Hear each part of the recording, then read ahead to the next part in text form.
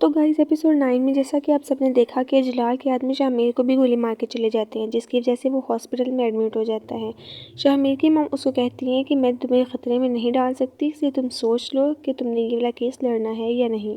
عمیر سے ملنے جیل میں جویریہ آتی ہے تو عمیر اس کو کہتا ہے کہ میری ماں اور بہن کا بہت خیال رکھنا، جس کی وجہ سے جویریہ کو بہت غصہ آتا ہے۔ وہ کہتی ہے کہ تمہیں جیل میں پہنچانے والی بھی تمہاری بہن ہی تھی، پھر بھی تمہیں اس کی فکر ہے۔ اور وہ غصے میں آ کر عشاء کے پاس جاتی ہے اور اسے کہتی ہے کہ جلال کے ساتھ ڈیل کر کے اسے شادی کر لو تاکہ عمیر جیل سے رہا ہو جائے۔ اگلے دن شاہ اپنی موم سے کہتا ہے کہ عشاء کا کیس میں ہی لڑوں گا، جس پر اس کی موم کہتی ہے کہ مجھے فخر ہے تم میری بیٹی ہو۔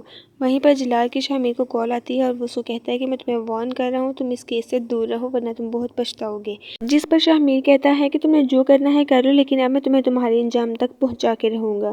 جس پر جلال کہتا ہے کہ تم مجھے بہادر آدمی لگتے ہو، اس لیے اب اس کھیل میں مزہ آئے گا۔ اور شاہ کہتا ہے کہ چلو اب اس کھیل کو شروع کرتے ہیں۔ شاہ عشاء اور اس کی امی کو کال کر کے کیس کی سائٹ ڈیٹیلز معلوم کرتا ہے اور نیکسٹ ڈے وہ تھانے جاتے ہیں اور آفیسر سے کہتے ہیں کہ ہمیں اس پر عمیر کے سگنیچر چاہیے، جس پر تھوڑے سے آرگومنٹس کے بعد ان کو عمیر سے ملنے کی پرمیشن مل جاتی ہے۔ جب وہ عمیر سے ملتے ہیں تو عمیر شاہ سے کہتا ہے کہ میری ماں اور بہن کا بہت خیال رکھنا اور پلیز مجھے یہاں سے باہر نکالو۔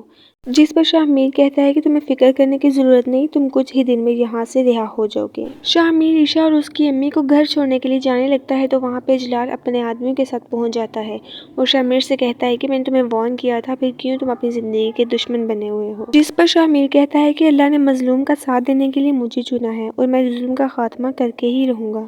جلال شاہ کو دھمکی دیتا ہے کہ اپنی وکالت کی ڈگری کو پھاڑ کے پھینک دو، کیونکہ اب دوسری بار نشانہ خطا نہیں جائے گا۔ شاہ جلال سے کہتا ہے کہ اگر میں ہار گیا تو وہ میری زندگی کا آخری دن ہوگا، لیکن اگر میں جیت گیا تو وہ تمہارے ظلم کا آخری دن ہوگا۔